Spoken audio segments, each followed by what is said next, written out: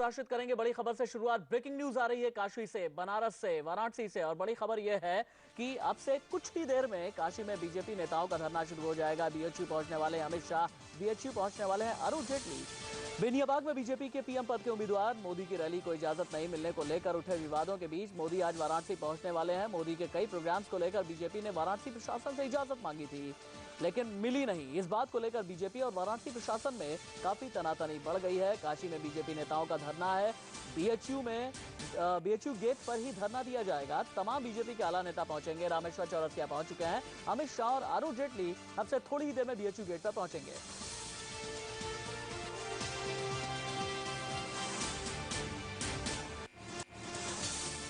एक पूरा पैनल मेरे साथ में मौजूद है। मेरे साथ पैनल के अलावा मेरे सहयोगी एग्जीक्यूटिव एडिटर शीतल राजपूत बीएचयू गेट के बाहर से लाइव मौजूद है। यतेंद्र शर्मा बनारस में बीजेपी दफ्तर से लाइव मौजूद हैं। एनके सिंह वरिष्ठ पत्रकार और अवधेश कुमार वरिष्ठ पत्रकार मेरे साथ में मौजूद हैं। सबसे पहले शीतल, आपके पास में आऊंगा। शीतल, आपसे कुछ देर पहले आपके साथ बातचीत हो रही थी। आपने ये बताया कि कुछ ही देर में अमित शाह और अरुण जेटली पहुंचने वाले हैं। कब तक पहुंचेंगे ये लोग? तमाम कार्यकर्ताओं से बात कीजिए, क्या कुछ चल रहा है वहां पर? राशिद, ऐसा कहा जा रहा था कि 11 बजे का वक्त है जो कल से तय हुआ है, लेकिन थोड़ी देरी बीजेपी के बड़े नेता, जिनको यहाँ पर मेरे पीछे जो आप देख रहे हैं मदन मोहन मालवीय की प्रतिमा, उसके नीचे एग्जैक्टली नीचे जहाँ पर आपको बीजेपी कार्यकर्ताओं का ये झुंड दिखाई दे रहा है, बड़ी तादाद में जो यहाँ जुटे हैं, इसी जगह पर अमित शाह, उनके साथ अरुण जेटली, अनंत कुमार और बाकी कार्यकर्ता बैठेंगे और अपना विरोध जताएंगे। 11 बजे का वक्त था, लेकिन ऐसा कहा जा रहा है कि थोड़ी देरी जरूर हो सकती है। आप तस्वीर पीछे देख सकते हैं, दूर दूर तक बीजेपी कार्यकर्ता। मेरे ठीक पीछे काशी हिंदू विश्वविद्यालय का प्रमुख गेट, लंका गेट, मदन मोहन मालवीय की प्रतिमा, लंका गेट की दोनों तरफ, गेट की दाएं और बाएं तरफ रैपिड एक्शन फोर्स की टुकड़ियां तैनात। उस मदन मोहन मालवीय की प्रतिमा के चारों तरफ पुलिस की तैनाती है। पूरी तरह से इस इलाके की घेरेबंदी की जा रही है, क्योंकि आशंका जताई जा रही है कि कार्यकर्ता थोड़े उग्र हो सकते हैं। वो अभी से उग्रता दिखा रहे हैं। जो यहाँ पे कार्यकर्ता मौजूद है अभी से भारी उत्साह और जोश से भरे हुए हैं, और ये उत्साह उग्र रूप ना ले ले, इससे बचाव के लिए प्रशासन ने एहतियातन यहाँ पे सुरक्षा बलों की तैनाती की है। ठीक है शीतल राजपूत, आपके पास दोबारा लौट करके मैं आऊंगा। यतेंद्र शर्मा मेरे साथ में मौजूद है। यतेंद्र शर्मा, तमाम कार्यकर्ता, चूंकि आप बीजेपी दफ्तर के बाहर मौजूद है बनारस में, कल अमित शाह ने यह कहा था कि सत्याग्रह किया जाएगा, लेकिन इस कथित सत्याग्रह के लिए वहां पर बीजेपी कार्यकर्ता कितने तैयार हैं? बीजेपी दफ्तर के बाहर आप मौजूद हैं, उन लोगों से बात कीजिए आप। राशिद, बिल्कुल आज का जो कार्यक्रम है पूरा मोदी में बनारस नजर आ रहा है, क्योंकि जब से मोदी के आने की खबर लेके तमाम देश भर के कार्यकर्ता, विधायक, बीजेपी के और तमाम सांसद यहाँ पर डेरा डाले हुए हैं। मैं बीजेपी ऑफिस में हूँ, तमाम लोग हैं, लेकिन कहीं ना कहीं एक खासी नाराजगी भी है कि जिस तरह से मोदी के कार्यक्रम एक के बाद एक कैंसिल कर दिए गए हैं और किसी भी कार्यक्रम की अनुमति नहीं दी जा रही है, और आखिरकार एक रैली और केवल एक रैली की अनुमति दी गई, जिसके बाद कार्यकर्ताओं में खासा नाराजगी है। मेरे साथ कुछ कार्यकर्ता, उनसे सीधे बात करेंगे। क्या लगता है, प्रशासन ने जिस तरह से एक के बाद एक कार्यक्रम कैंसिल किए गए हैं, किस तरह की राजनीति देख रहे हैं? ईश्वरीय काम है। ईश्वरीय कार्य के लिए जो होता है वो ठीक होता है। प्रशासन जो कर रहा है ठीक कर रहा है, हमें कुछ करने की जरूरत नहीं है। हमारा काम सब प्रशासन कर रहा है। आपसे जानना चाहूंगा किस तरह की ये राजनीति देख रहे हैं और क्या माहौल है पूरे?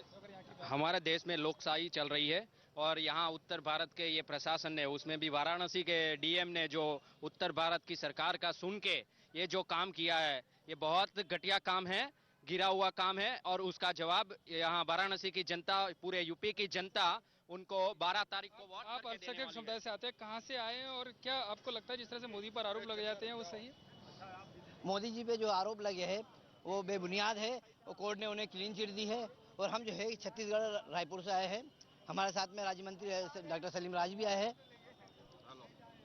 हाँ, क्या आपके पास क्या कहना है आपके? देखिए, हम इंदौर से आए हैं, 272 प्लस कैंपेन से है, और हम इसलिए आए हैं क्योंकि हमको पता है कि भारतीय राजनीति के इतिहास की कविता जो है कि पूरे देश की जनता को अपने साथ लेकर चलने की अदम्य राजनीतिक शक्ति मोदी जी में है, और धर्म की गंगा को विकास के पथ में तब्दील करने की प्रवृत्ति मोदी जी में। क्या कहना है आपका? ये सब रैली के लिए जो परवानगी नहीं दी है यहाँ के प्रशासन ने, उसकी यहाँ की जनता उसको जवाब देगी। जन जन की है यही पुकार। तमाम सहयोगी मेरे साथ में मौजूद रहेंगे। पूरा पैनल भी मेरे साथ में मौजूद है। बीजेपी नेता सुधांशु मित्तल भी मेरे साथ में जुड़ चुके हैं। शीतल राजपूत के पास में चलेंगे। शीतल, बीएचयू के आसपास की हलचल मुझे बताइए, और क्या मैं ये कह सकता हूं कि बेनियाबाग की रैली से इतना कुछ मोदी को नहीं मिलता जितना रैली कैंसिल होने से मिल रहा है? मोदी यहाँ के टॉप कंटेंडर है, ये सभी जानते हैं। मोदी यहाँ से जीतने ही वाले थे। ये मेरी राय नहीं है, बनारस के लोगों की राय है। और जो यहाँ पर जितने भी तरह के सर्वेज आए हैं, इसकी शायद उन्हें जरूरत नहीं थी, लेकिन फिर भी ये बवाल हुआ। और इस बवाल के बाद अब आज दिन भर में क्या होता है, इस पर पूरे देश की नजर है। राशिद हमारे साथ यहाँ स्थानीय बीजेपी के नेता, हम चाहेंगे उनसे आपकी बात करवाना। ये बताइए कि आपके नेता, जो आला नेता हैं अमित शाह वगैरह, वो लोग 11 बजे आने वाले थे, लेकिन अभी तक कुछ पता नहीं कब तक पहुंचे। आधे घंटे में सारे लोग यहाँ आ जाएंगे दीदी। आधे घंटे के बाद हम लोग यहाँ धरना देंगे, और अगर प्रशासन नहीं मानती है तो हम लोग धरना पर ही बैठे रहेंगे। ऐसे तो प्रशासन क्या नहीं मानती? प्रशासन ने तो रात को अनुमति दे दी थी। नहीं मैडम, अगर किसी आपसे कहा जाए कि आपके पूरे सर में, पूरे शरीर में केवल आपका धड़ कर दे रहा हूं, और आपको तो प्रशासन, भाई साहब, प्रशासन गंगा आरती की अनुमति दे चुका है, प्रशासन रैली की अनुमति दे चुका है, प्रशासन जो बुद्धिजीवियों से बैठक है उसकी अनुमति दे चुका है। आपकी पार्टी के नेताओं का कहना है कि आखिरी वक्त में दी गई है, इसलिए हम इसको नहीं मानते हैं। आप टीवी चैनल देखिए, पूरे करता है। आपने कहा कि सारे मांग हमने मांग लिया है, केवल एक हमने आपको रैली का, बेनियाबाग के रैली का हम आपको नहीं देते हैं। जब बेनियाबाग, हम काशी से लड़ रहे हैं और बेनियाबाग हमारे मध्य में है और उसकी आप परमिशन नहीं देते हैं, तो हम और लेके क्या करेंगे? आप तो हमारे सिवा किसी के साथ ऐसा अन्याय नहीं किया, और मोदी जी के साथ जो। अच्छा, आपका कार्यक्रम कितनी देर का है और क्या क्या होगा इस दौरान? जी शीतल मैडम, हम लोग शांति से यहाँ धरना पर बैठेंगे। कितनी देर? हम लोग पूरे दिन बैठेंगे। हम लोग 5 बजे तक यहाँ माननीय मोदी जी का यहाँ से रैली निकलेगी। के बड़े नेता कितनी देर? पूरे दिन बैठेंगे। वो लोग जब आएंगे आधे घंटे में, इसके बाद पूरे दिन बैठेंगे। ऐसा। चलिए, तो ये कुछ बीजेपी के स्थानीय नेता हैं, इनका ये मानना है कि लगभग आधा घंटा और लगेगा अमित शाह, अरुण जेटली और बाकी बड़े नेताओं को यहाँ पहुंचने में, और ये लोग दिन भर यहाँ पर धरना देने वाले हैं। कहते हैं कि पॉलिटिक्स में टोकनिज्म और सिंबोलिज्म से बहुत कुछ मिल जाता है, और इस बार इसी टोकनिज्म और सिंबोलिज्म के सहारे बनारस से क्या कुछ मिलेगा। नरेंद्र मोदी की बेनियाबाग की रैली कैंसिल हुई है, रोहनिया में रैली की जाएगी, लेकिन आज बीएचयू के बाहर भी हाई वोल्टेज ड्रामा देखने को मिल रहा है। अमित शाह, अरुण जेटली अब से थोड़ी देर के बाद पहुंचने वाले हैं, लेकिन समाजवादी पार्टी के नेता राजेंद्र चौधरी का यह कहना है कि पूरी तरह से अब आखिरी चरण को ध्रुवीकृत करने की कोशिश की जा रही है, सांप्रदायिक ध्रुवीकरण किया जा रहा है। वहीं मीम अफजल की अपनी राय है, और बीजेपी नेता नलिन कोहली का यह कहना है कि मोदी को आखिरकार रोका क्यों गया। इस प्रोटेस्ट के पीछे उनकी मंशा कहीं दूसरी तो नहीं है, कहीं वो इसके जरिए से वहाँ पर कोई अनरेस्ट या कोई हंगामा तो नहीं करना चाहते हैं। इसलिए एडमिनिस्ट्रेशन को चौकन्ना होने की ज़रूरत है और लोगों को सतर्क रहने की ज़रूरत है। इनका ये प्रोटेस्ट कोई भी रंग इख्तियार कर सकता है। क्योंकि अच्छी तरह मालूम है काशी में हार रहे हैं मोदी जी, और इसलिए वो इस तरह का परपंच करके, नौटंकी करके पूरे प्रदेश में माहौल खराब करना चाहते हैं। मोदी जी जो यहाँ के वाराणसी के प्रत्याशी हैं, उनके कैंपेन पर रोक क्यों लगाई जा रही है, और क्यों ये प्रयास हो रहा है कि उनके कैंपेन को वाराणसी शहर के अंदर में सीमित किया जाए? तो ये प्रश्न हमारे लिए नहीं, उनके लिए, जो हमारे राजनीतिक विरोधी हैं, और जो प्रशासन कहीं ना कहीं हमारी जो आशंका है कि इसे फ्री एंड फेयर रूप से नहीं देख रही। नरेंद्र मोदी अच्छी तरीके से जानते हैं कि मुखालफत को, विरोध को, राजनीतिक विरोधियों के तीर को किस तरह उनकी तरफ ही मोड़ देना चाहिए। मेरे साथ एक पूरा पैनल मौजूद है, एनके सिंह और अवधेश कुमार वरिष्ठ पत्रकार, एग्जीक्यूटिव एडिटर शीतल राजपूत बीएचयू गेट से लाइव, बनारस बीजेपी दफ्तर से लाइव यतीन्द्र शर्मा। लेकिन बीजेपी नेता सुधांशु मित्तल के पास सबसे पहले चलूंगा। सुधांशु जी, क्या मैं ये कह सकता हूं कि पॉलिटिकली बनारस में बेनियाबाग की रैली कैंसिल करने को पूरी तरह से एनकैश तो आप लोगों ने कर लिया है, क्योंकि भीड़ को देखते हुए कहीं से भी ये सत्याग्रह नजर तो नहीं आता।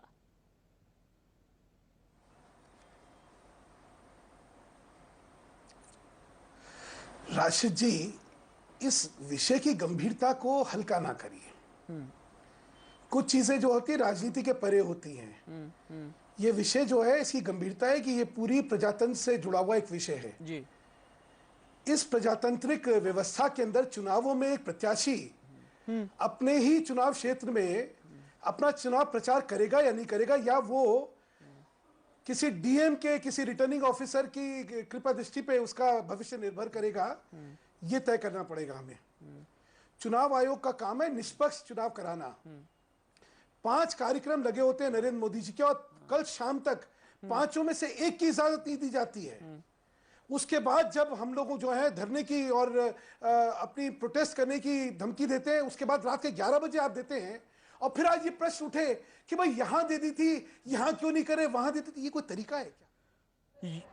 सांप्रदायिक व जातिवादी कार्ड खेलने के बावजूद भी अपनी लगातार खराब होती स्थिति को मद्देनजर रखते हुए ही अब इन्होंने आपसी अंदरूनी मिली भगत के तहत ही जानबूझकर कल से यहाँ वाराणसी में एक नया षड्यंत्र व नाटकबाजी करनी शुरू कर दी है, ताकि यहाँ माहौल को गरमाकर वे इसको किसी भी तरीके से हिंदू मुस्लिम सांप्रदायिक रंग देकर उसका चुनावी लाभ खासकर यहाँ पड़ोसी सीटों पर अर्थात वाराणसी व आजमगढ़ में भी उठाया जा सके।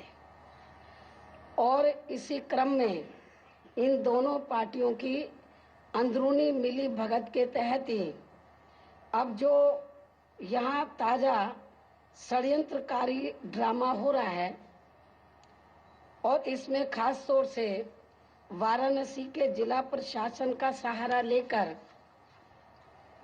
यहाँ समाजवादी पार्टी ने निष्पक्ष चुनाव के माहौल को खराब करके एक तरफ भारतीय जनता पार्टी को लाभ पहुंचाने के लिए, तो वहीं दूसरी तरफ खासकर यहाँ पूर्वांचल से जुड़े मुस्लिम समाज के लोगों पर ये प्रभाव डालने के लिए भी पूरी कोशिश की है कि अब यहाँ सपा की ही भाजपा को, अब यहाँ समाजवादी पार्टी ही भारतीय जनता पार्टी को टक्कर दे सकती है,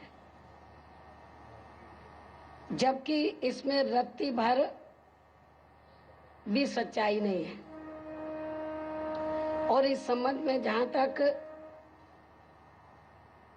भाजपा का मामला है, तो इस बारे में भी ये सर्वविदित है कि पश्चिमी उत्तर प्रदेश के जिलों के साथ साथ फैजाबाद व अमेठी आदि क्षेत्रों में अपनी उग्र विषैली व भड़काऊ बयानबाजी से इस चुनाव को बीएसपी सुप्रीमो और उत्तर प्रदेश की पूर्व मुख्यमंत्री को सुन रहे थे आप। मायावती का ये कहना है कि सांप्रदायिक और जातिवादी कार्ड खेल रही है भारतीय जनता पार्टी वाराणसी में षड्यंत्र और नाटकबाजी की जा रही है, हिंदू मुस्लिम सांप्रदायिक रंग देने की कोशिश की जा रही है। इन सभी सवालों के जवाब सुधांशु मित्तल से हम लेंगे एक छोटे ब्रेक के बाद। कहीं मत जाएगा, ये बड़ी कवरेज जारी है। पल पल में किस तरह से खबरें बदल रही है, पल पल में किस तरह से तस्वीरें बदल रही है, बनारस आपको लेकर के चलेंगे। बीएचयू गेट की ये तस्वीरें भी हम आपको दिखाएंगे। अमित शाह और जेटली अब से थोड़ी देर के बाद बनारस पहुंचने वाले हैं। एक छोटे ब्रेक के बाद लौट करके आते हैं। आज सबसे बड़ा महासंग्राम छिड़ा हुआ है और दिल्ली से लेकर के बनारस तक कोहराम मचा हुआ है। नरेंद्र मोदी पहुंचने वाले हैं आज शाम को, लेकिन उससे पहले बनारस में बहुत कुछ चल रहा है। मेरे साथ एक पूरा पैनल मौजूद है, उनके साथ बातचीत होगी, लेकिन उससे पहले बनारस में मेरे सहयोगी रजत राकेश टंडन बनारस के एक 5 स्टार होटल पहुंचे, जिस 5 स्टार होटल में बड़े बड़े बीजेपी नेता आकर के रुके हुए थे। रात भर क्या कुछ उनके बीच में चला, सब कुछ बता रहे हैं मेरे सहयोगी रजत राकेश टंडन।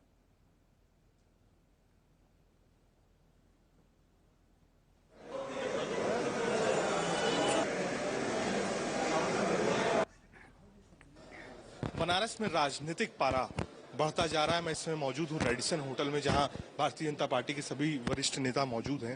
अपने कैमरामैन को कहूँगा कि पैन करके वो तस्वीरें दिखाएं। आप पीछे देख सकते हैं अरुण जेटली बैठे हुए हैं, अमित शाह हैं, विजय गोयल हैं, लक्ष्मीकांत वाजपेयी हैं, जितने भी बड़े नेता हैं भारतीय जनता पार्टी के, पीयूष गोयल हैं, जितने भी बड़े नेता हैं वो सब बैठे हुए हैं। लगातार चर्चा हो रही है इस बात पर कि आज का जो कार्यक्रम है, जो विरोध प्रदर्शन है प्रशासन के खिलाफ, वो कैसे किया जाए, मोदी को यहाँ से कैसे जीत दिलाई जाए। पीछे मेरे आप देख सकते हैं नलिन कोहली हैं, विजय गोयल, अरुण जेटली, जितने भी नेता हैं वो इस समय रेडिसन होटल की गैलरी में बैठे हुए हैं। लगातार रणनीति बनाई जा रही है कि आगे कैसे करना है, विरोध प्रदर्शन कैसे करना है, बीएचयू पे अभी से थोड़ी देर बाद प्रोटेस्ट शुरू होगा, उसको कैसे सफल बनाना है, प्रशासन पर कैसे दबाव बनाना है, जिसमें जो आने वाले दिन है उसमें मोदी का प्रचार ठीक से हो पाए और भारतीय जनता पार्टी के कार्यकर्ता घर घर पहुंच पाए। कैमरामैन अमित के साथ रजत राकेश टंडन, इंडिया न्यूज, बनारस। चलिए हम बात करते हैं अपने मेहमानों से। अवधेश कुमार जी, 9वें चरण में जिन 41 सीटों पर चुनाव होना है, 41 में से भी 18 सीटें उत्तर प्रदेश की हैं। उत्तर प्रदेश की ज्यादातर पूर्वांचल की सीटें हैं। बिहार की जो 6 सीटें हैं उनमें से 3 सीटें जो हैं उत्तर प्रदेश के साथ में लगी हुई हैं। क्या आज जो भी होगा बनारस में उसका असर 12 मई को नजर आएगा पूर्वांचल की और बिहार की इन सभी सीटों पर? असर तो नजर आना ही है ना। कोई भी घटना होती है वो बिना असर के नहीं हो सकती है, बहुत स्वाभाविक बात है। लेकिन प्रश्न यहाँ ये है कि ये असर पैदा करने की स्थिति वहां से किसने बनाई और क्यों बनाई है, ये मूल प्रश्न है इस समय। किसी भी, मैं समझता हूं नरेंद्र मोदी ने ही भारत या दुनिया के किसी भी प्रत्याशी को उसके स्वाभाविक रूप से वैधानिक तरीके से और आचार संहिता में रहते हुए चुनाव प्रचार करने के तरीकों का इस्तेमाल न करने देना, ये किस चुनाव नियम के तहत आएगा? देखिए, अगर चुनाव आयोग की ये जिम्मेवारी है, प्राथमिकता क्या है? सुनिए, प्राथमिकता क्या है, अपना चुनाव प्रचार करना या सुरक्षा? दोनों का उत्तर दे रहा हूं। अगर चुनाव आयोग के धारा में यह लिखा है कि उसको निष्पक्ष और शांतिपूर्ण चुनाव कराना है, तो ये केवल वोट डालने के लिए वालों के लिए नहीं है। उसका अर्थ ये भी है कि जो भी उम्मीदवार है वो बिना बाधा के, बिना भय के, निष्पक्ष और शांतिपूर्ण तरीके से, हर कानूनी तरीके से वो अपना चुनाव प्रचार करे। एक जहां तक सुरक्षा का प्रश्न है, तो सुरक्षा देना इस समय चुनाव आयोग और वहां के प्रशासन की जिम्मेवारी है। आप सुरक्षा के आधार पर किसी को चुनाव प्रचार से अगर रोकते हैं, तो यह भारत जैसे देश की ही सुरक्षा व्यवस्था पर प्रश्न खड़ा होता है। यह हमने कभी नहीं सुना है कि चुनाव प्रचार में आप किसी की सुरक्षा व्यवस्था के कारण उसको रोक देंगे। आपके भाई पूरे देश का चुनाव हो चुका है, आपको जितनी फौज मंगानी है बनारस में मंगा लीजिए, लेकिन आपने रोका क्यों? लेकिन जो दूसरा प्रश्न आपने किया है वो भी इसमें लग रहा है कि जैसे समाजवादी पार्टी ने 84 कोसी परिक्रमा जो शांति से हो रहा था उसको एक बड़ा इशू बना के ध्रुवीकरण की कोशिश की, इसलिए यह भी संभव है कि इस नाते वो अंतिम संदेश देने की कोशिश कर रही हो कि मैं ही नरेंद्र मोदी को रोक सकता हूं, उसको रोकने में भी मैं अभी भी लगा हूं, ताकि जो मुसलमानों का वोट है उनके पास जो है पूरे थोक में आ जाए। और तीसरी बात, जो अनुमति देने की बात कही जा रही है, आप बताओ कि मैं किसी को कह रहा हूं कि मुझे भोजन कराइए, उसके बाद एक मिठाई आप खिला दीजिएगा, आपने भोजन को कैंसिल कर दिया और कहा कि एक मिठाई खा लीजिए, तो ये कौन सी अनुमति हो गई है? इसलिए मेरा मानना यह है कि वहां के जिला प्रशासन की ये बिल्कुल आपत्तिजनक, अवैधानिक और भारतीय लोकतंत्र के विरुद्ध कदम है, और इसका विरोध चाहे भाजपा हो, कांग्रेस हो, कोई पार्टी हो, उसका करना ही चाहिए। एनके सिंह जी, मुझे ये बताइएगा, जिस तरह से कह रहे हैं अवधेश कुमार, उनका ये कहना है कि समाजवादी पार्टी ने ये दिखाने की कोशिश की भैया मुस्लिमों के असल ठेकेदार हम हैं, जो इलेक्शन जो है ध्रुवीकृत होने वाला था, जहां पर ध्रुवीकरण होने वाला था, वहां पर हम नरेंद्र मोदी को रोकने जा रहे हैं, और ये करके प्रशासन के जरिए समाजवादी पार्टी पॉलिटिकली इनकैश करना चाहती है। बीजेपी किस तरह से पॉलिटिकली इनकैश कर रही है ये आपको नजर आ ही रहा है। लेकिन खुद ये कहना है, अभी कुछ देर पहले मायावती को हम ये सुन रहे थे कि इस कदम के जरिए इलेक्शन को हिंदू मुस्लिम सांप्रदायिक रंग मिलने जा रहा है। आप इत्तेफाक रखते हैं इस बात से? नहीं, पहले तो मायावती ने क्या कहा इसको किनारे कर दें। पहले ये जो घटना हुई है इसका कॉज ऑफ एक्शन क्या था, इसकी एनालिसिस कर ली जाए। सबसे बड़ी बात है राशिद कि इसको थोड़ा और व्यापक कर दें, जैसे सुधांशु जी ने कहा कि इसको ट्रिवियलाइज ना करें, ट्रिवियलाइज नहीं हो रहा था, इसको थोड़ा और व्यापक कर दिया जाए। ये बिल्कुल सही है कि भारतीय संविधान में फ्रीडम ऑफ एसोसिएशन, हम कैंडिडेट की बात नहीं करते हैं, हम इवन इंडियन सिटीजन को जो फंडामेंटल राइट है हम उसकी बात करते हैं, उसको और बड़ा कैनवास कर देते हैं। Article 19(1) A, B, C, D इस सब में फ्रीडम ऑफ एसोसिएशन का राइट है। फ्रीडम ऑफ एसोसिएशन में किसी को भी आप बाधित नहीं कर सकते, लेकिन अगर ये पब्लिक ऑर्डर की प्रॉब्लम कर रहा है तो उसके लिए एक डॉक्ट्रिन है रीजनेबल रेस्ट्रिक्शन, वो स्टेट लगा सकता है। डीएम साहब ने ये रीजनेबल रेस्ट्रिक्शन लगाया, ये उनका मानना है। उनका ये कहना है कि साहब इतना बड़ा कांग्रेगेशन, इतना बड़ा अगर गैदरिंग आएगा जो कि बेनिया बाग के 80,000 की कैपेसिटी जो प्रूवन है कैपेसिटी, उससे बड़ा हो जाएगा, तो रिटर्निंग क्राउड कुछ भी हो सकता है उसमें, क्योंकि वो उन इलाकों से निकलेगा जहां पे कम्युनल क्लैशेस के इंस्टांसेस रहे हैं। मैं इसको खत्म कर दूं तो अगर टाइम हो तो? जी प्लीज। ये इंस्टांसेस हैं, पर जो सबसे बड़ी बात है ये रीजनेबल रेस्ट्रिक्शन लगाने के पहले देखना पड़ेगा कि एलिमेंट ऑफ रीजनेबलनेस है कि नहीं।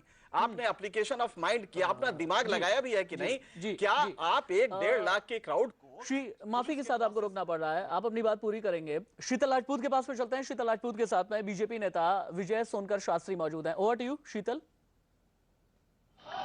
बिल्कुल राशिद, मेरे साथ बीजेपी के केंद्रीय नेता विजय सोनकर शास्त्री हैं। बनारस के रहने वाले और कई दिनों से बनारस में कैंप कर रहे हैं। सोनकर शास्त्री जी, ये बताइए कि जब प्रशासन इजाजत दे चुका था बाद में, तो ये सब इस सब हंगामे की क्या जरूरत थी? कुछ लोगों का मानना है कि बीजेपी इससे पॉलिटिकल और इमोशनल माइलेज लेना चाहती है। नहीं, ये देखिए, ये बिल्कुल गलत बात है। जो लोग ऐसी बात कर रहे हैं वो बिल्कुल गलत कर रहे हैं। इस समय देश में लोकतंत्र की परीक्षा की घड़ी है और ऐसी घड़ी में जिस तरह से चुनाव आयोग के लोगों का, संबंधित अधिकारियों का जो भेदभावपूर्ण रवैया रहा है और खास तौर से यहाँ के जिला निर्वाचन अधिकारी यानी जिला अधिकारी का जो एक तरह से रिश्तेदारी निभाने जैसा एक व्यवहार रहा है, वो व्यवहार अत्यंत निंदनीय रहा। अच्छा, ये बताइए कि अब अभी तक 11 बजे उन्हें सभी नेताओं को आना था, अभी तक वो पहुंचे नहीं है। क्या रणनीति बन रही है, क्या होने जा रहा है यहाँ पर, किस तरह से प्रदर्शन आप लोग करेंगे? काफी उग्र दिख रहे हैं लोग यहाँ। देखिए, जो ये जिला निर्वाचन अधिकारी का एक तरह से भारतीय जनता पार्टी के साथ भेदभावपूर्ण रवैया रहा है, उसे काशी में जो कार्यकर्ता हैं और खास तौर से आम नागरिक जो नरेंद्र भाई मोदी के लिए एक जबरदस्त समर्थन दे रहे हैं, उनमें रोष व्याप्त हो गया है। वो सड़कों पहुंचेंगे नरेंद्र मोदी। रैली की मंजूरी नहीं मिलने पर चुनाव आयोग के खिलाफ प्रदर्शन करेगी बीजेपी। प्रदर्शन किया जाएगा दिल्ली में, प्रदर्शन किया जाएगा बनारस में। बनारस में बड़ी तैयारी है, बीएचयू गेट के बाहर प्रदर्शन किया जाएगा। मेरे तमाम सहयोगी मेरे साथ में मौजूद हैं। एग्जीक्यूटिव एडिटर शीतल राजपूत बीएचयू गेट के ठीक बाहर से मौजूद हैं। सुधांशु मित्तल बीजेपी के नेता, एनके सिंह वरिष्ठ पत्रकार, अवधेश कुमार वरिष्ठ पत्रकार मेरे साथ मौजूद हैं। शीतल राजपूत के पास चलते हुए इसके बाद सुधांशु जी के पास चलेंगे। शीतल, क्या कुछ चल रहा है बीएचयू गेट के पास में? और अमित शाह, अरुण जेटली, लक्ष्मीकांत वाजपेयी, विजेंद्र मिश्रा, ये तमाम, विजय गोयल, ये तमाम लोग कब पहुंचेंगे वहां?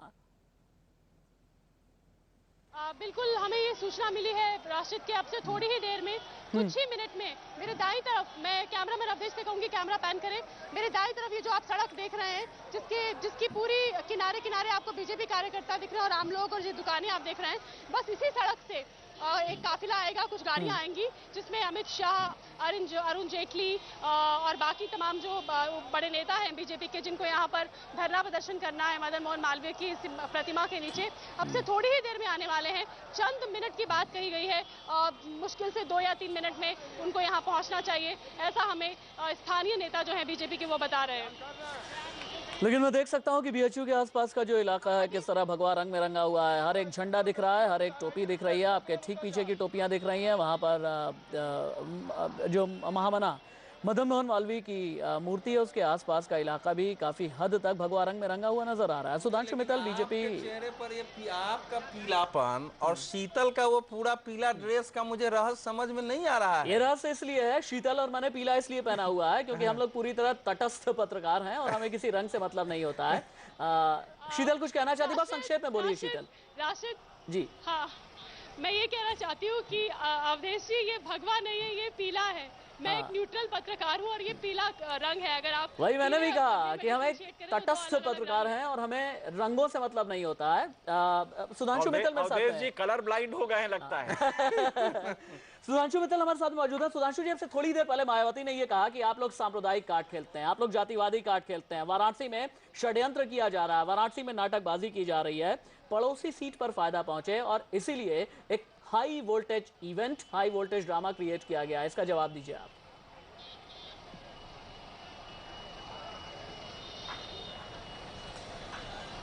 मायावती जी के साथ बड़ी अच्छी बात है, जब भाजपा के साथ मिलकर सरकार बनाती है तो शायद हम लोग सांप्रदायिक नहीं होते हैं। वो ये कहती हैं सपा के साथ आप मिल गए, गठबंधन नहीं होता तो हम सांप्रदायिक हो जाते हैं।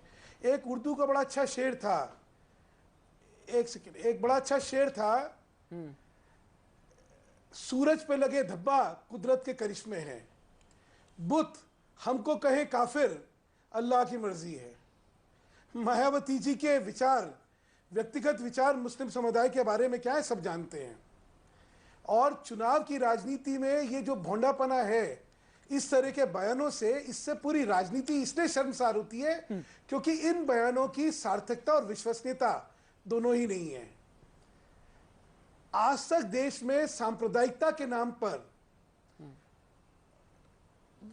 स्यूडो सेक्युलरिज्म के अलावा कुछ नहीं हुआ है। और छंद धर्मनिरपेक्षता जो है उसने इस देश का बहुत बड़ा नुकसान करा। लेकिन मैं मायावती जी, क्योंकि इस समय इस विषय में कोई महत्वपूर्ण कड़ी नहीं है, इसलिए मैं इस विषय को से भटकना नहीं चाहता।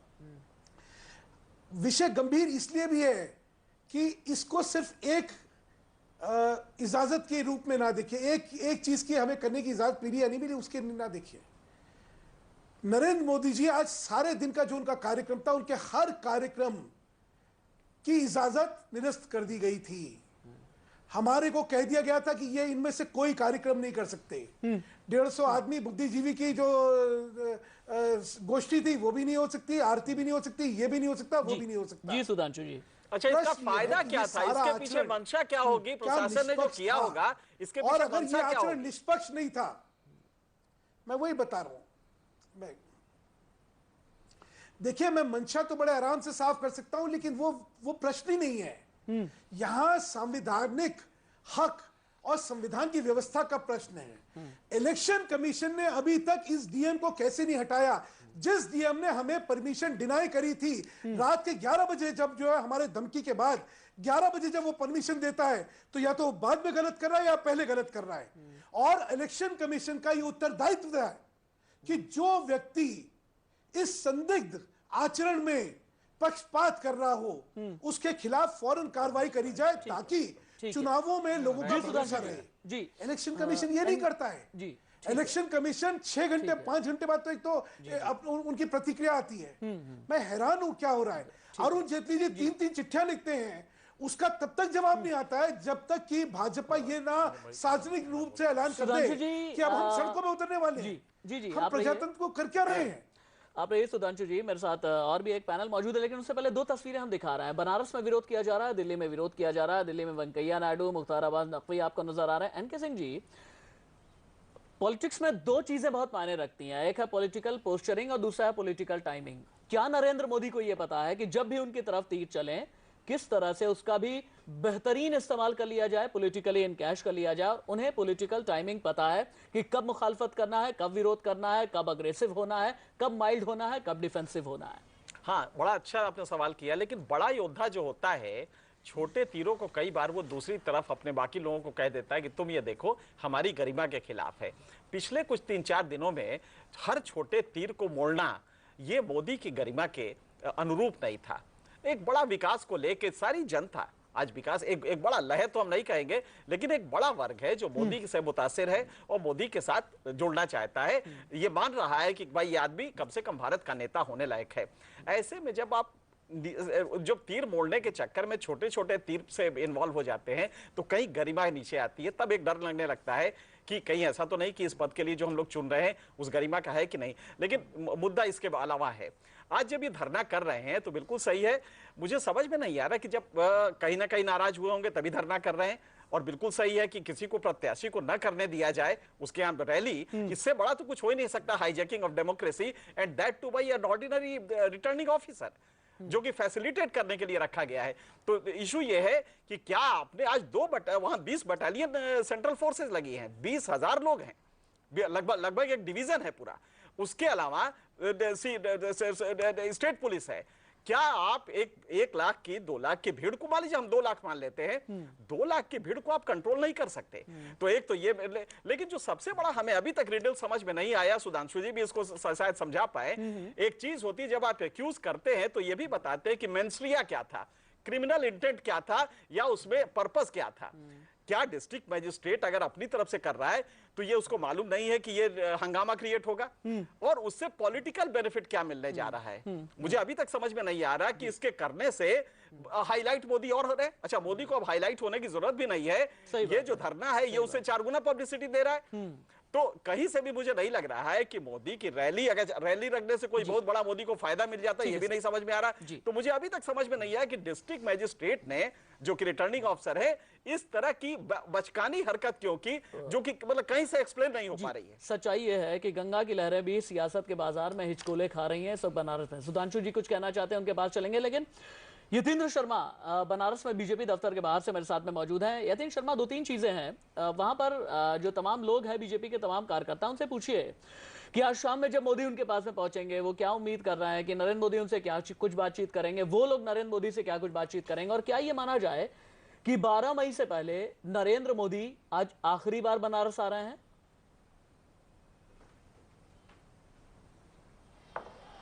नरेंद्र मोदी बनारस आएंगे और ऐसा पहली बार होगा कि बनारस आकर वो पहली बार बीजेपी ऑफिस आएंगे, रोनिया में रैली करेंगे, उसके बाद बनारस में जो हेलीपैड बनाया गया वहां से वो पदयात्रा निकालते हुए बीजेपी ऑफिस आएंगे। हालांकि रोड शो की एक योजना थी लेकिन उसकी अनुमति नहीं थी, तो बीजेपी ने योजना बनाई है कि नरेंद्र मोदी वहां से पदयात्रा करते हुए आएंगे, जो अपने आप ऑटोमेटिक ही एक रोड शो का रूप ले लेगी। मेरे साथ तमाम कार्यकर्ता बीजेपी ऑफिस में, मैं उनसे जानूंगा कि आज बीजेपी ऑफिस पहली बार आएंगे, कितनी उम्मीदें हैं, क्या किस तरह से स्वागत है? देखिए, हम आए हुए, हम तो पूरा भारत घूमते हैं नरेंद्र मोदी जी के लिए। हम बनारस इसके लिए आए हैं कि हम भारत तो घूमे हैं।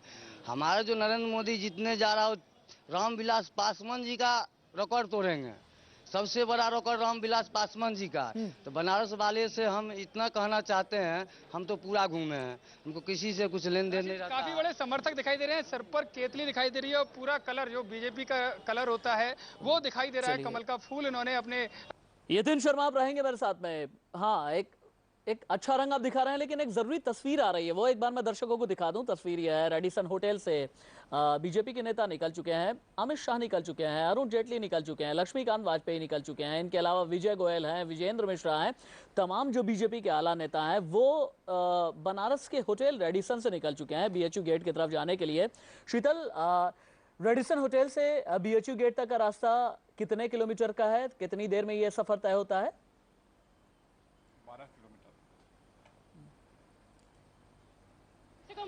10 से 15 मिनट उन्हें और लग सकते हैं आने में, इसलिए क्योंकि ट्रैफिक की समस्या जगह जगह आज पैदा हो गई है इस धरने के चलते, और तमाम जो सुरक्षा इंतजाम हुए हैं उसके चलते कई रूट्स डाइवर्टेड हैं। तो इसलिए जो अमूमन वक्त लगता है उससे थोड़ा ज़्यादा वक्त इन बीजेपी के नेताओं, बड़े नेताओं को लग सकता है यहाँ तक पहुँचने में। जो स्थानीय लोग हैं उनका ये कहना है कि 10 से 15 मिनट में वो यहाँ पहुँच सकते हैं, लेकिन उससे पहले आप पीछे देख सकते हैं माहौल पूरा जमा दिया गया है। स्टेज जो है, जैसे अंग्रेजी में कहते हैं द स्टेज इज सेट, तो स्टेज जो है वो पूरा तैयार हो चुका है उन नेताओं के लिए आने के लिए और बैठने के लिए धरने पर। और पॉलिटिकल ठीक है शीतल, आपके पास दोबारा लौट करके आता हूँ। यतेंद्र शर्मा के पास वापस चलेंगे। यतेंद्र शर्मा, कुछ दिलचस्प रंग दिखा रहे थे आप। दिलचस्प नहीं, रंग बिरंगी कारें आ रही हैं, उसमें नेता बैठ के आ रहे हैं, वहाँ बड़ी बड़ी कारें हैं, वहाँ धरना दे के आ रहे हैं भारतीय जनता पार्टी। यतेंद्र शर्मा का रुख हम बाद में करेंगे। रजत राकेश टंडन बनारस के होटल रेडिसन से मेरे साथ में मौजूद हैं। रजत, रेडिसन होटल से कौन कौन से नेता निकले हैं, कितना बड़ा ये काफिला है, कौन किस गाड़ी में है, सब कुछ बताइए। लगभग आप कह सकते हैं 15 से 16 गाड़ियों का काफिला है। गुजरात पुलिस एस्कॉर्ट कर रही है, आगे उत्तर प्रदेश पुलिस लगी हुई है सुरक्षा के लिए। अरुण जेटली, अमित शाह, नलिन कोहली और जो स्थानीय नेता जितने भी हैं, विजय गोयल दिल्ली से आए वो सभी लोग BHU की तरफ बढ़ रहे हैं। राशिद,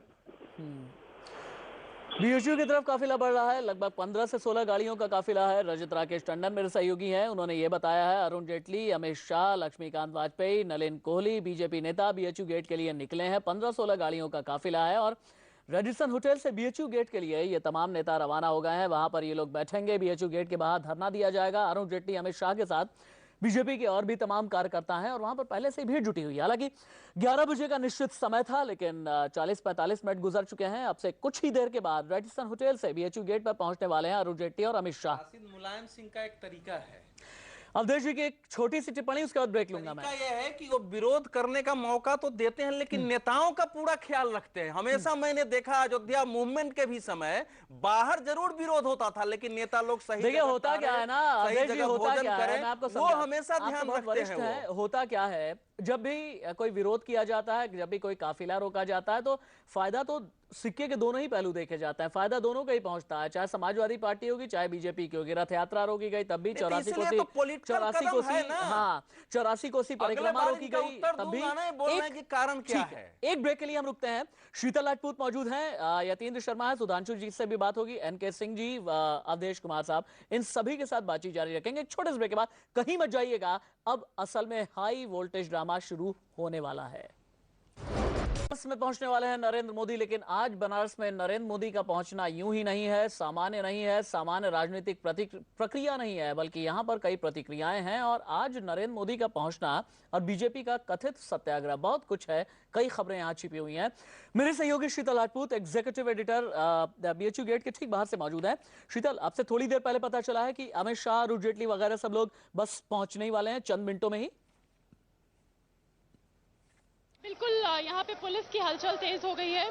जो सुरक्षा कर्मी यहाँ पर तैनात हैं उनकी हलचल तेज हो गई है और जो यहाँ कार्यकर्ता स्थानीय मौजूद हैं वो भी हमें बता रहे हैं कि बस थोड़ी ही दूरी में, कुछ ही फीट की दूरी पर वो काफिला है जिसकी अगुवाई कर रहे हैं अरुण जेटली और अमित शाह, और अब से कुछ ही देर में, कुछ ही मिनट में वो यहाँ पर पहुँच सकते हैं। क्या कैमरा मूव करके आप हमें आसपास की तस्वीरें दिखा सकती हैं, ताकि हम समझ सकें कि जो रैपिड एक्शन फोर्स की जो मूवमेंट है उसके जरिए हम अंदाजा लगा सकें, जो पुलिस की मूवमेंट है उसके जरिए अंदाजा लगा सकें, कार्यकर्ताओं की जो मूवमेंट है उसके जरिए अंदाजा लगा सकें। एक बार कैमरा घुमा करके दिखाइएगा मुझे शीतल। बिल्कुल बिल्कुल, पीछे आप बीएचयू गेट देख रहे हैं, मेरी दाईं तरफ आप देख सकते हैं कार्यकर्ता इस सड़क पर, जिस सड़क पर ये कार्यकर्ताओं की भीड़ आप देख रहे हैं, और इनके पीछे, ठीक पीछे गाड़ी आ रही है, बस जिसमें पीएसी की फोर्स जो है वो शामिल है। मैं अवधेश से कहूंगी कि अवधेश आप थोड़ा कैमरा पैन करके दिखाइए। आप देख सकते हैं ये गाड़ी जो है ये पीएसी की गाड़ी है।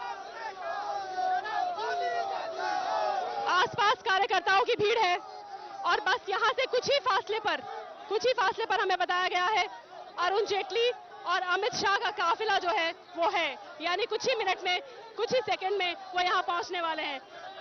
सुरक्षा बलों की मूवमेंट आप देख रहे हैं, पीएसी की गाड़ी निकली है, इसके पीछे यूपी पुलिस की गाड़ी भी आ रही है, यूपी पुलिस की गाड़ियां हैं, सामने बैरिकेड्स लगे हुए हैं। वहां तक हम कैमरा घुमाकर कोशिश करेंगे आपको दिखाएं, और थोड़ी ही देर में इसी सड़क से अमित शाह, अरुण जेटली और तमाम बड़े नेता बीजेपी के यहाँ पहुंचेंगे और पीछे मदन मोहन मालवीय की प्रतिमा के नीचे बैठकर धरना देंगे, जो नरेंद्र मोदी की सभाओं, रैलियों और फंक्शंस को करने की इजाजत में प्रशासन ने देरी की, उसके विरोध में। हमने देखा था शीतल की नॉमिनेशन वाले दिन भी किस तरह से मदन मोहन मालवीय की तस्वीर के मूर्ति के पास में पहुंचे थे नरेंद्र मोदी, वहां से भी कई इंडिकेशन देने की कोशिश की गई थी।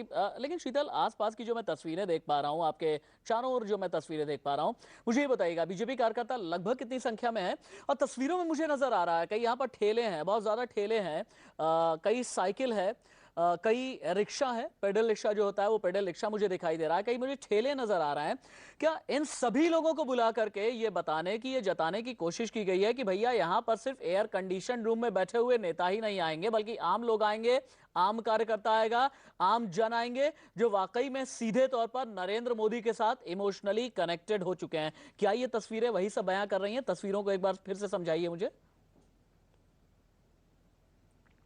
कल जब पार्टी के बड़े नेताओं ने विरोध प्रदर्शन का ऐलान किया तो यही यकीन आ गया था, सबको भरोसा हो चला था कि एक तरह से आज बनारस की सड़कों में एक बार फिर बीजेपी का शक्ति प्रदर्शन देखने को मिलेगा। और आज सुबह से ही, जब से हम यहाँ मौजूद हैं, तब से लगातार कार्यकर्ता आते चले जा रहे हैं और इस वक्त आप देख रहे हैं कि हजारों की तादाद में इस चौक में, बीएचयू के लंका गेट, मदन मोहन मालवीय चौक में इस वक्त हजारों की तादाद में कार्यकर्ता है। कोई हाथ में त्रिशूल लिए खड़ा है, कोई अपने सर पर टोपी लगाए हुए हैं, बीजेपी की बैनर्स, झंडे हाथ में लिए हुए हैं, और एक तरह से ये कल ही साफ हो गया था कि यहाँ पर विरोध प्रदर्शन जताने का मतलब है कि एक तरह से इनडायरेक्टली ये शक्ति प्रदर्शन बीजेपी अपना दिखा रही है मतदान से ठीक पहले। बीजेपी का शक्ति प्रदर्शन है और कुछ लोग वहां पर ऐसे भी हैं, हम देख सकते हैं, जो कि शिव जी की वेशभूषा में है, भगवान शिव की वेशभूषा में है। चूंकि बनारस के बारे में कहा जाता है कि शिव की त्रिशूल की नगरी पर बसी हुई ये काशी है। एनके सिंह जी कुछ कह रहे थे, एनके सिंह जी अपनी बात आगे बढ़ाइए, मैंने आपको बीच में रोक दिया था। नहीं, वो बात तो खत्म यूं हो गई थी कि अब तो पूरा रैली का वो है, एक रैली का ही शो दे रहा है ये, और मुझे नहीं लगता, काफी अच्छी खासी भीड़ है। जो सबसे बड़ी बात है कि इसके पीछे जो क्रिमिनल जो मोटिव होगा वो क्या हो सकता है जिला प्रशासन का इसको न देने पे, मुझे लगता है कि शुद्ध एक जो हम ये कह सकते हैं कि दिमाग अप्लाई ही नहीं किया है। वरना नरेंद्र मोदी की रैली बहुत शालीन तरीके से पिछली बार हमने देखा, कहीं कुछ नहीं हुआ, इतनी बड़ी भीड़ थी। तो अगर बेरिया बाग में एक जगह कलेक्ट हो रहे हैं तो मुझे लगा ही नहीं कि इसमें एप्लीकेशन ऑफ माइंड है इसको ना देने के पीछे। अच्छा, अगर रैली करते हैं तो कहां से कोई एडेड एडवांटेज है, और रैली आप मना कर देंगे तो कौन सा उनको नुकसान होने जा रहा है। इतना तो कॉमन सेंस से एक आईएएस जो कलेक्टर होता है वो समझ सकता है कि इसकी जरूरत नहीं है। अगर ये किया गया है तो निहायत बचकाना हरकत है। वो अगर पॉलिटिकल पर्पस से किया गया है तो उसका भी कोई लाभ नहीं मिल रहा है, क्योंकि पोलराइजेशन की अगर बात है, अगर कोई ये कहे कि साहब मुलायम सिंह के इशारे पे किया गया और इशारे की वजह से कलेक्टर ने ऐसा किया है, तो मेरे ख्याल से ये मुलायम सिंह का भी बचकाना हरकत है कि वो पोलराइजेशन की जो बात कह रहे हैं, इस डिनायल से तो कुछ भी नहीं होने जा रहा है। पोलराइजेशन ऑलरेडी हो चुका है। मुझे नहीं लगता कि उसमें कोई भी एडवांटेज पॉलिटिकल या एडमिनिस्ट्रेटिव। अवधेश जी कुछ कहना चाहते हैं, उससे पहले सुधांशु जी ने भी हाथ उठाया था। सुधांशु मित्तल जी, आखिरी चरण में जी सुधांशु जी अपनी बात पूरी कर लें। उन्होंने हाथ उठा करके कुछ पूछा था, कुछ कहना चाहते थे। सुधांशु जी एक बात ये बताइएगा, जिन 41 सीटों पर आखिरी चरण में चुनाव होना है उनमें डुमरियागंज है, महाराजगंज है, गोरखपुर है, कुशीनगर है, देवरिया है, लालगंज है, आजमगढ़, घोसी, ये तमाम सीटें हैं, जौनपुर है, मछली शहर है, गाजीपुर है, जो सब कुछ बनारस से ज्यादातर इलाके लगे हुए हैं। जाहिर सी बात है इन सभी को आज के इस धरने के चश्मे से तो आप लोग देख ही रहे होंगे ना।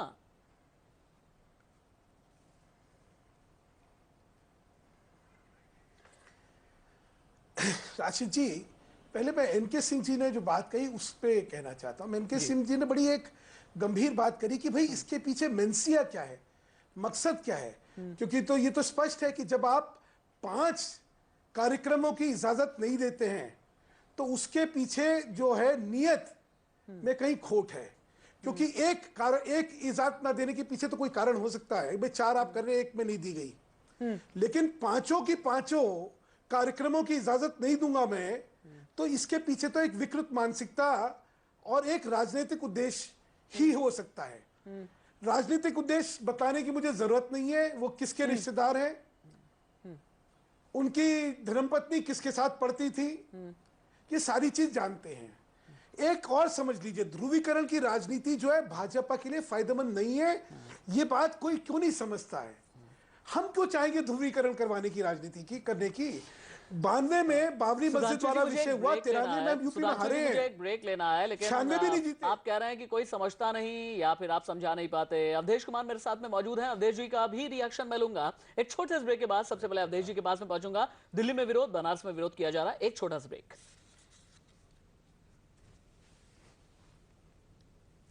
होने वाला है वो अपने चुनाव क्षेत्र में प्रचार नहीं कर सकता।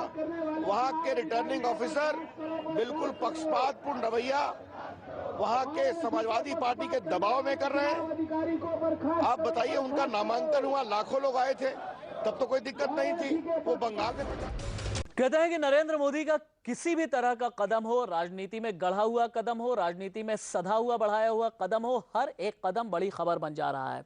और अगर नरेंद्र मोदी के कदम रोके जा रहे हैं तो वो भी बड़ी खबर बन जा रहा है। और बनारस में इसी तरह से उनकी रैलियों में उनके कदम रोके गए और बन गई बड़ी खबर। बड़ी खबर है बनारस के लिए, बड़ी खबर है दिल्ली के लिए, बड़ी खबर है पूरे देश के लिए। 2 तस्वीरें आप देख सकते हैं। बनारस में, काशी में, वाराणसी में, शिव की त्रिशूल की नगरी में, एक अल्हड़ सी नगरी में विरोध चल रहा है। अब से थोड़ी ही देर के बाद बीएचयू गेट पर पहुंचने वाले हैं अमित शाह और अरुण जेटली सहित तमाम बीजेपी के बड़े नेता। दिल्ली में भी विरोध प्रदर्शन जारी है। दिल्ली में बीजेपी दफ्तर से लेकर के चुनाव आयोग तक विरोध प्रदर्शन किया जाएगा। दिल्ली में बीजेपी चुनाव आयोग को आगाह करने के लिए विरोध प्रदर्शन कर रही है। बीजेपी नेता मुख्तार अब्बास नकवी से इंडिया न्यूज संवाददाता नेहा केसरी ने बात की। हमारे साथ है बीजेपी के स्पोक्स पर्सन नेता मुख्तार अब्बास नकवी जी। आइए हम बात करते हैं। सर, न्याय मार्च निकाल रहे हैं, आप लोग बात कर रहे हैं कि वाराणसी के आरओ राजनीतिक रूप से बायस्ड है, किस पार्टी को लेकर बायस्ड है? देखिए, उनकी पार्टी तो एक है, वो जो कांग्रेस पार्टी के करप्शन का कुनबा है, कुशासन का कुनबा है। और जिस तरह से कांग्रेस पार्टी का कुशासन का कुनबा करप्शन के कुएं में कॉन्स्पिरेसी की कबड्डी खेल रहा है, तो उससे जो है वो खुद अपने ही चतुराई के चक्रव्यूह में फंसता जा रहा है। एक चीज़ बहुत साफ है कि जिस तरह से एक के बाद एक उसका व्यवहार रहा, जो वहाँ के रिटर्निंग ऑफिसर हैं, वो किसी राजनीतिक कार्यकर्ता के जैसा व्यवहार रहा। उन्होंने जो है वो मोदी जी के चुनाव प्रचार पर प्रतिबंध लगाने की कोशिश की, चुनाव प्रचार से रोकने की कोशिश की, और ये कोशिश की कि भयमुक्त और निष्पक्ष माहौल में वाराणसी में चुनाव हो सके, उसको बाधित किया जाए। सुरक्षा कारण बताए गए इस रैली को रोकने के। बनारस से कुछ ताजा अपडेट आ रहा है। बनारस का रुख करेंगे। बीएचयू गेट के बाहर हलचल बढ़ने लगी है। हलचल बढ़ने का मतलब क्या ये समझा जाए कि अमित शाह, अरुण जेटली, लक्ष्मीकांत वाजपेयी जैसे तमाम बड़े नेता पहुंचने वाले हैं। जी, पहुंचने वाले हैं, अब से थोड़ी देर के बाद पहुंचने वाले हैं। चंद लम्हों में ही आपको दिख जाएंगे बीजेपी के कार्यकर्ताओं। शीतल राजपूत मेरे साथ में मौजूद हैं इस वक्त बीएचयू गेट से लाइव। शीतल, क्या हलचल है? बिल्कुल राशिद, हलचल बहुत तेज हो गई और मैं कैमरामैन से कहूंगी कि कैमरा अपनी बाईं तरफ घुमाए क्योंकि